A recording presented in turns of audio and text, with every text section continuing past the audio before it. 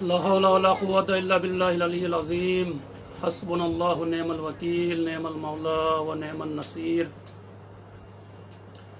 رب اشرح لي صدري ويسر لي أمري واحلل عقدة من لساني يفقهوا قولي بسم الله الرحمن الرحيم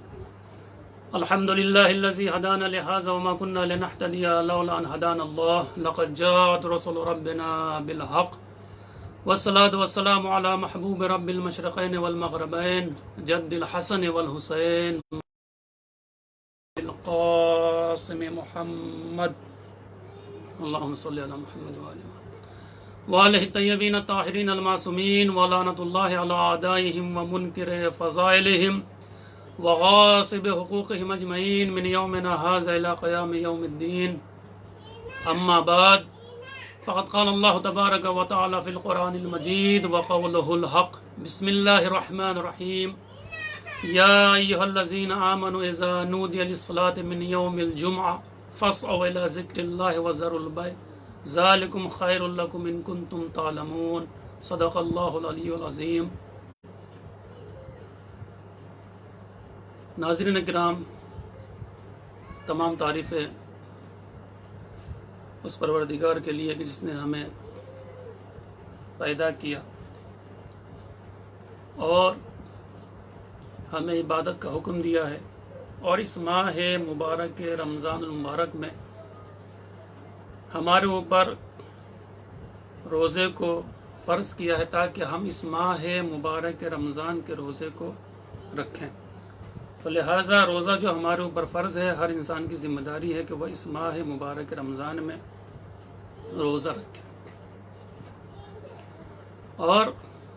قرآن مجید کی بھی آیت ہے کہ بسم اللہ الرحمن الرحیم یا ایھا الذین آمنوا اذا نودی للصلاۃ من یوم الجمعہ. ہمارا موضوع اور گفتگو جو ہے آج جمعۃ الوداع کے سلسلے میں ہے، اور ماہ مبارک رمضان کے آخری رات کے جو اعمال ہے اس کے جو ہے آپ تمام ناظرین کی خدمت میں بیان کرنا ہے. انشاءاللہ بہت ہی میں آرام سے آپ کی خدمت میں بیان کروں گا. تو سب سے پہلے جو ہے ہماری گفتگو جو جمعۃ الوداع کے سلسلے میں ہے، جمعہ کے سلسلے میں ہے. اور واقعاً اگر ہم دیکھیں قرآن مجید میں باقاعدہ ایک سورہ ہے کہ جسے سورہ جمعہ کہا جاتا ہے. 62واں سورہ ہے قرآن مجید کا، سورہ جمعہ. اور اس میں جو ہے حکم دیا گیا، پروردگار عالم نے حکم دیا اپنے بندوں کے وہ نماز جمعہ میں جو ہے آئیں، جب بھی جمعہ کی نماز کی آذان کو سنیں. جیسے قرآن مجید میں ارشاد ہو رہا ہے کہ یا ایھا الذین آمنوا اذا نودی للصلاۃ، کہ اے صاحبان ایمان، اے مومنو، جب جمعہ کے دن جمعہ کی نماز کی اذان کو سنو تو اللہ کو یاد کرو، نماز کے لیے جلدی کرو، اور جلدی سے مسجد کی طرف آگے بڑھو تاکہ جو ہے تمہیں خطبہ بھی ملے اور جمعہ کی نماز بھی تم باقاعدہ پڑھ سکو. اور اپنے تجارتوں کو چھوڑ دو. اگر تم سمجھ سکتے ہو تو اس میں تمہارے لیے بہت ہی فائدہ ہے، یہی تو اس میں تمہارے لیے بھلائی ہے. تو واقعاً آپ دیکھیں کہ جمعہ ہمارے لیے کہ جس سے سید الایام کہا جاتا ہے، یعنی ہفتے میں جو 7 دن ہوتے ہیں، ان 7 دن میں سے جس دن کو جو ہے سب سے زیادہ افضل دن قرار دیا گیا ہے وہ جمعے کا دن قرار دیا گیا ہے. اور واقعاً مہینے میں جو 4 جمعے ہوتے ہیں، پہلے جمعے کی جو فضیلت وہ دوسرے جمعے کی بھی وہی فضیلت ہے، تیسرے جمعے کی جو فضیلت ہے وہ چوتھے جمعے کی وہی فضیلت ہے. یعنی ہر جمعے کی، چاہے وہ پہلی جمعہ ہو، دوسری جمعہ، تیسری جمعہ ہو، ہر جمعے کی فضیلت جو ہے برابر اور مساوی ہے. ماہ مبارک رمضان، جیسے کہ میں نے ذکر کیا ہے کہ یہ ماہ مبارک رمضان جو اللہ کا مہینہ ہے، اور خدا بند عالم نے ہمیں حکم دیا کہ اس مہینے میں روزے رکھے، قرآن مجید کی تلاوت کرو جتنا زیادہ ہو سکے. ہم جو ہے ما تیسر قرآن مجید کی تلاوت کریں کہ اس کا پڑھنے کا بہت ہی زیادہ ثواب ہے. اور چونکہ رمضان میں جب مہینہ ہے اور جمعہ بھی اس میں واقع ہوتا ہے تو اس کی فضیلت بھی اور بھی زیادہ ہو جاتی ہے. اس لیے کہ جب رمضان کی فضیلت زیادہ ہے تو رمضان کا جو جمعہ ہے اس کی بھی فضیلت میں جو اور بھی زیادہ اضافہ ہو جاتا ہے. اور اسی طریقے سے جو رمضان کا جو آخری جمعہ ہے اسے ہم کیا کہتے ہیں؟ جمعۃ الوداع اسے کہا جاتا ہے، یعنی رمضان. اور اس کو جو ہم تمام مسلمان بہت ہی زیادہ اہمیت دیتے ہیں، نئے کپڑے پہنتے ہیں، خوشبو لگاتے ہیں، عطر لگاتے ہیں. یہ سب اس لیے کہتے ہیں کہ یہ رمضان کا آخری جمعہ ہے، اور پروردگار سے یہی دعا کرتے ہیں سب لوگ کہ پروردگار میرے اس جمعے کو آخری جمعہ قرار نہ دے. ہم یہ چاہتے ہیں کہ اگلا رمضان بھی ہمیں نصیب ہو. اسی لیے جو ہے آخری جمعے کو جو ہے جمعۃ الوداع کہہ کر جو انسان جو اسے رخصت کرتا ہے، اپنے پروردگار سے دعا کرتا ہے، اور انشاءاللہ جو ہے بہت ساری دعائیں اور احادیث جو ہے اس جمعے کے سلسلے میں، جمعۃ الوداع کے سلسلے میں جو وارد ہوئے ہیں انشاءاللہ میں آپ کی خدمت میں بیان کروں گا۔ اب جمعۃ الوداع بہت ہی میں تمام ناظرین کی خدمت میں بیان کرنا چاہتا ہوں کہ جمعۃ الوداع آتے ہی ہمارے موبائل پہ واٹس ایپ پہ ایک SMS آنے لگتا ہے کہ آپ جو ہے ماہ مبارک رمضان کے جو آخری جمعہ ہے کہ جسے جمعۃ الوداع کہا جاتا ہے، آپ جو ہے اس جمعے میں نماز جمعے کے بعد جو ہے 4 رکعت نماز پڑھیے کہ جسے نماز قضاء عمری کہا جاتا ہے، تمام نمازوں کا کفارہ۔ اور آپ اس میں دیکھ بھی سکتے ہیں کہ جو SMS آتا ہے کہ آپ جو ہے جمعے کے دن جو ہے جمعے کی نماز کے بعد جو ہے آخری جمعہ تو جمعۃ الوداع میں جو ہے 4 رکعت نماز پڑھیے، جس کے ہر رکعت میں جو ہے 2 رکعت کر کے پڑھنا ہے نماز، ہر رکعت میں الحمدو کے بعد جو ہے 25 مرتبہ سورہ توحید، اور اس کے بعد جو ہے آیت الکرسی ہے، اور 15 مرتبہ جو ہے سورہ کوثر کو پڑھنا ہے۔ اس کی حقیقت کیا ہے وہ میں آپ کی خدمت میں بیان کرنا چاہتا ہوں۔ دیکھیے اس طرح کی جو نماز ہے شریعت اسلام میں، اس دین مقدس میں اس کی کوئی حقیقت نہیں ہے۔ ایسا کچھ نہیں ہے کہ اگر آپ جو ہے ان کفارہ کی نماز کو ادا کریں گے تو آپ کے اوپر سے آپ کے اوپر سے آپ جو واجب نمازیں ہیں وہ آپ کے اوپر سے ساقط ہو جائیں گی، ایسا کچھ بھی نہیں ہے۔ انسان کو یہ سب سے پہلے یہ سمجھنا چاہیے کہ نماز جو ہے انسان کے لیے فرض قرار دیا گیا ہے۔ نماز جو آپ کے لیے واجب ہے، یہاں تک کہ حدیثوں میں وارد ہوا کہ نماز جو ہے معاف نہیں ہے۔ اگر انسان دریا میں ڈوب بھی رہا ہے تو اس ڈوبتے ہوئے حالت میں اسے نماز کو ادا کرنا ہے، نماز معاف نہیں ہے۔ یعنی مرنے کے بعد آپ دیکھ سکتے ہیں کہ مرنے کے بعد بھی اگر انسان کا انتقال ہو جاتا ہے تو مرنے کے بعد اس کے بڑے بیٹے پر نماز واجب ہے۔ تو جب مرنے کے بعد بھی یہ نماز معاف نہیں ہے تو یہ کہاں سے یہ لوگ جو ہے اپنے طرف سے جو فتوے گڑ رہے ہیں کہ آپ جو ہے جمعۃ الوداع کے دن جو 4 رکعت نماز پڑھیے، آپ کی ساری نمازیں جو یہاں تک کہ آپ کے باپ دادا عزت اور اقرب سب کی ساری نمازیں معاف ہو جائیں گی؟ یہ کیا ہے؟ یہ آپ کہاں سے بیان کر رہے ہیں؟ کس نے آپ کو یہ بتایا ہے؟ لیکن میرے عزیزان محترم اگر حقیقت میں دیکھا جائے تو اس کی کوئی حقیقت نہیں ہے اس نماز کی۔ اور یہاں تک کہ آیت اللہ سماعت سید سستانی حافظ اللہ کا جو پیغام ہے اس کو بھی میں آپ کی خدمت میں بیان کرنا چاہتا ہوں اس نماز کے سلسلے میں، نماز قضاء عمری کی حقیقت۔ آیت اللہ سستانی سے سوال کیا گیا کیا نماز قضاء عمری جائز ہے؟ آپ سماعت سید آیت اللہ سستانی حافظ اللہ جواب دیتے ہیں کہ نماز قضاء عمری کے جو عام طور پر ماہ مبارک کے رمضان کے آخری جمعے میں ادا کی جاتی ہے، کہ جس کے متعلق یہ تصور کیا جاتا ہے کہ ماہ مبارک کے آخری جمعہ اگر 4 رکعت نماز ادا کر دی جائے تو پھر زندگی بھر کی نمازوں کی قضا کی ضرورت نہیں ہے۔ یہ تصور بالکل غلط ہے۔ آیت اللہ سید علی حسینی سستانی بیان کرتے ہیں کہ اس طرح کا تصور کرنا بالکل غلط ہے، بلکہ جو پنجگانہ نمازیں کسی بھی بالغ اور عاقل انسان سے جان بوجھ کر یا بھول کر یا جہالت کی وجہ سے یا نیند کی وجہ سے چھوٹ جائیں تو ان تمام نمازوں کی قضا کرنا واجب ہے۔ اس طرح وہ نمازیں کہ جو غلط طریقے سے انسان نے انجام دیا ہے وہ باطل ہوں گی اور ان کے بھی قضا کرنا واجب ہے۔ اور اہل بیت علیہ السلام نے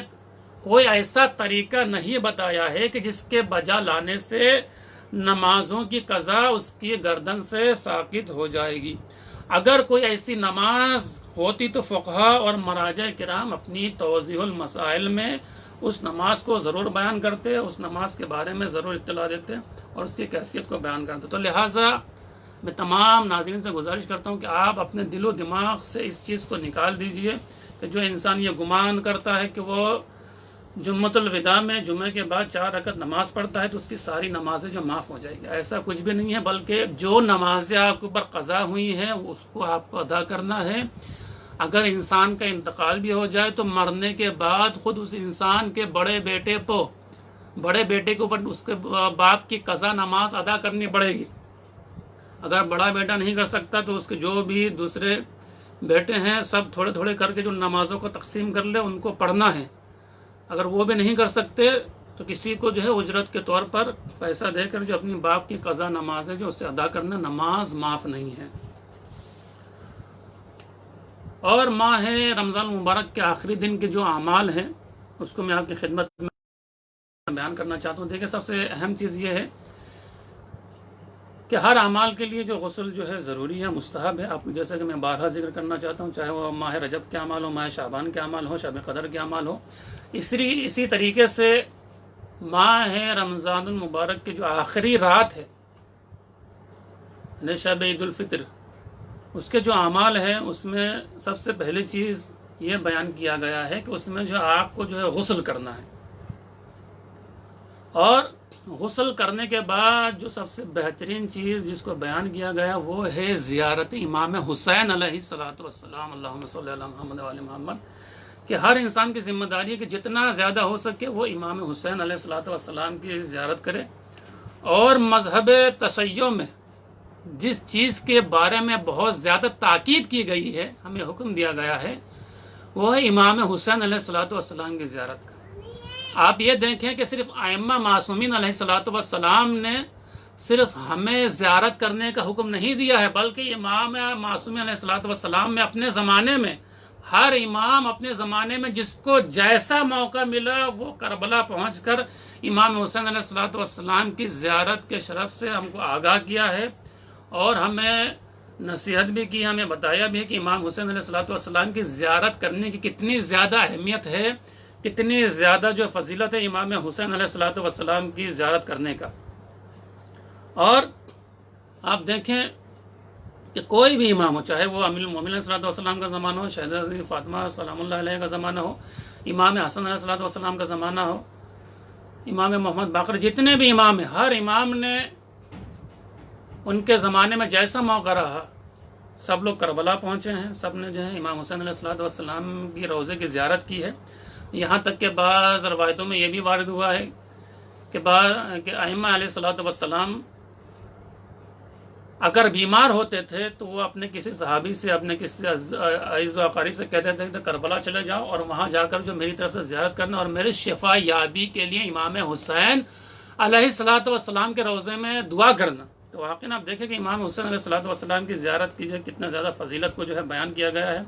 اور ہر امام نے اپنے زمانے میں امام حسین علیہ الصلوۃ والسلام کے روضے کی زیارت کیے جاتے رہتے ہیں. اور امام زمان علیہ الصلوۃ والسلام کہ جو اکثر و بیشتر جو بزرگ علماء وہ بیان کرتے ہیں کہ جنہوں نے امام زمان علیہ الصلوۃ والسلام کا کربلا میں جو ہے ملاقات کا شرف بھی حاصل کیا امام زمانہ، اس لیے کہ جو لوگ کربلا جاتے ہیں وہ وہاں پر دیکھے ہوں گے کہ کربلا میں نہر القمہ کے پاس ایک مقام ہے کہ جسے مقام صاحب العصر والزمان کہا جاتا ہے. تو اس سے یہ سمجھ میں آتا ہے کہ امام زمانہ علیہ الصلوۃ والسلام اکثر و بیشتر آتے ہیں اپنے جد کی زیارت کرنے کے لیے. اور ایک واقعہ میں آپ کی خدمت میں بیان کرنا چاہتا ہوں کہ محمد ابن علی کا واقعہ، کہ جو امام کا بہت زیادہ چاہنے والا تھا، امام سے جو بہت ہی زیادہ محبت کرتا تھا اور ہمیشہ جو ہے وہ امام کی زیارت کے لیے جایا کرتا تھا. ہر مہینے وہ امام حسین علیہ الصلوۃ والسلام کی زیارت کو جاتا تھا، اس کی زیارت بہت ہی کم ترک کرتا تھا. جب وہ کچھ عرصہ گزرا، اس کی عمر میں اضافہ ہوتا چلا گیا، اور کچھ عرصہ گزر جانے کے بعد وہ بیمار ہوتا چلا گیا، بدن جو ہے کمزور ہو گیا، ضعیف ہو گیا. اب پیروں میں اتنی طاقت نہیں ہو کہ امام حسین علیہ الصلوۃ والسلام کی زیارت کرنے کے لیے جائے، اس لیے کہ وہ خود اس نے کہا کہ میں بہت ضعیف ہو گیا ہوں، اب میرے اندر طاقت نہیں ہے کہ میں امام حسین علیہ الصلوۃ والسلام کی زیارت کرنے کے لیے جاؤں. تو محمد ابن علی خود بیان کرتے ہیں کہ جب میرے عمر کا آخری حصہ آیا، جب میں نے محسوس کیا کہ میں اب اس دنیا میں زیادہ دن جو ہے زندہ رہنے والا نہیں ہوں، تو اس نے اپنے آخری ایام میں یہ نیت کیا کہ میں امام حسین علیہ الصلوۃ والسلام کی زیارت کے لیے پیدل جاؤں گا. وہ اپنے گھر سے نکلا اور پیدل امام حسین علیہ الصلوۃ والسلام کے روضے میں پہنچا، زیارت کی 2 رکعت نماز پڑھی. زیارت کرنے کے بعد وہ جو ہے اسی حرم میں سو جاتا ہے. جیسے ہی سوتا ہے، خواب میں جو ہے امام حسین علیہ الصلوۃ والسلام آتے ہیں اور اس سے بیان کرتے ہیں کہ اے محمد ابن علی، تم تو میرے ساتھ بہت نیکی کیا کرتے تھے، نیکی میں ہمیشہ جلدی کیا کرتے تھے، تم مجھ پر جفا کیوں کرتے ہو، زیارت کے لیے کیوں نہیں آتے ہو؟ تو محمد ابن علی بیان کرتا ہے کہ مولا مجھے معاف فرمائیے، میرے ٹانگیں کمزور ہو گئی ہیں، ضعیف ہو چکا ہوں، بوڑھا ہو چکا، اب میرے اندر اتنی طاقت نہیں ہے کہ میں جو ہے زیارت کے لیے جو ہے آ پاؤں. مولا میں آپ سے ایک سوال کرنا چاہتا ہوں، ایک حدیث کو جس کو میں نے سنا ہے، اس حدیث کو میں آپ کی خدمت جو بیان کرنا ہے، اس حدیث کی نسبت جو آپ کی طرف دی جاتی ہے، کیا یہ حدیث صحیح ہے؟ تو اس نے جو بیان کیا کہ مولا یہ حدیث امام نے فرمایا کہ بتاؤ کون سی حدیث ہے؟ تو محمد ابن علی بیان کرتا ہے کہ مولا میں نے یہ سنا ہے کہ جو بھی انسان، جیسے کہ حدیثوں میں وارد ہوا ہے کہ جس حدیث کی نسبت آپ کی طرف دی جاتی ہے وہ یہ ہے کہ اگر کوئی انسان امام حسین علیہ الصلوۃ والسلام کی زیارت کرنے کے لیے آتا ہے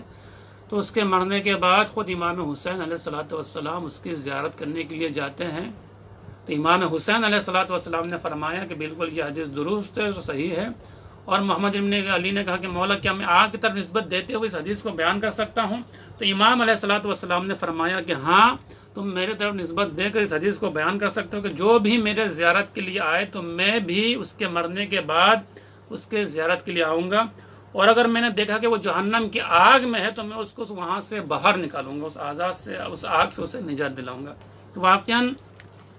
شب عید الفطر کی جو نماز رمضان کے آخری رات کی جو اعمال ہے، غسل کرنا اور زیارت امام حسین کی، جس کی بہت ہی زیادہ فضیلت بیان کی گئی ہے۔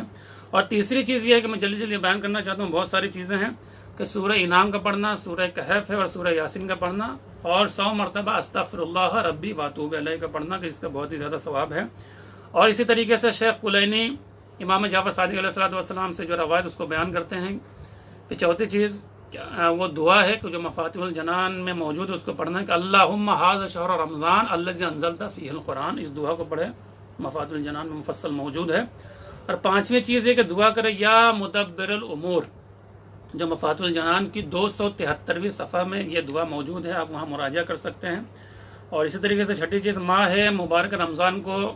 وداع کی جو دعا ہے اس کو پڑھے، صحیفہ کاملہ کی جو 45ویں دعا ہے اس دعا کو پڑھے۔ اور اسی طریقے سے شیخ صدود کی روایت ہے، جابر ابن عبداللہ الانصاری روایت کرتے ہیں، پیغمبر اسلام سے بیان کرتے ہیں، بسم اللہ الرحمن الرحیم، قال دخلت علی رسول اللہ صلی اللہ علیہ وآلہ وسلم فی آخر جمعہ من شہر رمضان فلما بصر بی فقال یا جابر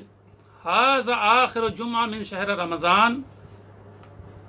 فودوه وقل اللهم لا تجعل آخر لحظة من صيامنا إياه فإن جعلته فاجعلني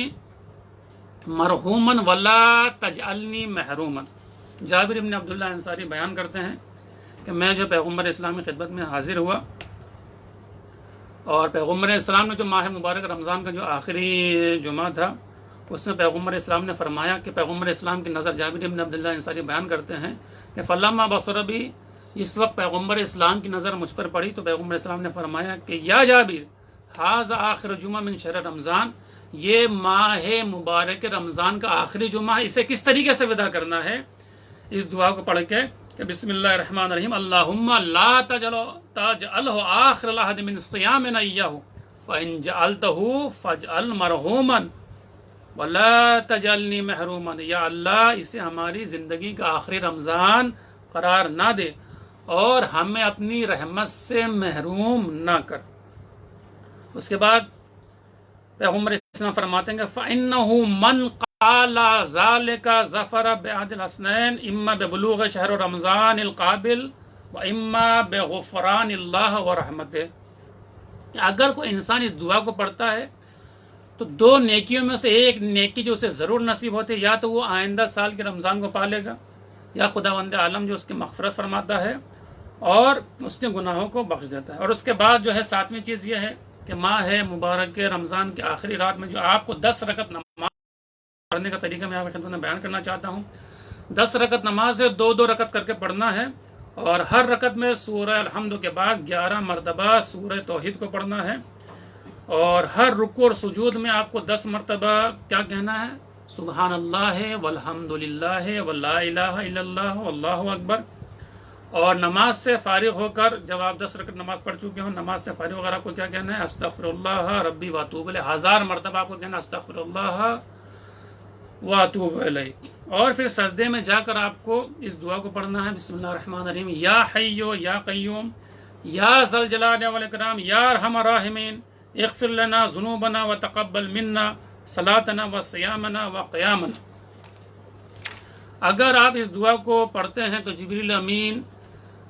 نے جو خبر دی پیغمبر علیہ السلام کو، خود نبی اکرم فرماتے ہیں کہ جبریل نے مجھے یہ خبر دی ہے کہ ابھی یہ انسان سجدے میں جا کر اس دعا کو پڑھ رہا ہے، ابھی سجدے سے سر کو وہ اٹھایا بھی نہ ہوگا تو خداوند عالم اس کی مغفرت فرماتا ہے، اور ماہ رمضان المبارک اس کے صیام روزے کو اور رمضان کو قبول فرماتا ہے اور اس کے گناہوں کو بخش دیتا ہے۔ تو واقعاً یہ جو ہے ماہ مبارک رمضان کے آخری رات کی جو اعمال اس کو آپ حضرات ضرور کریں، اور امام حسین علیہ السلام کی زیارت کو ضرور پڑھیں۔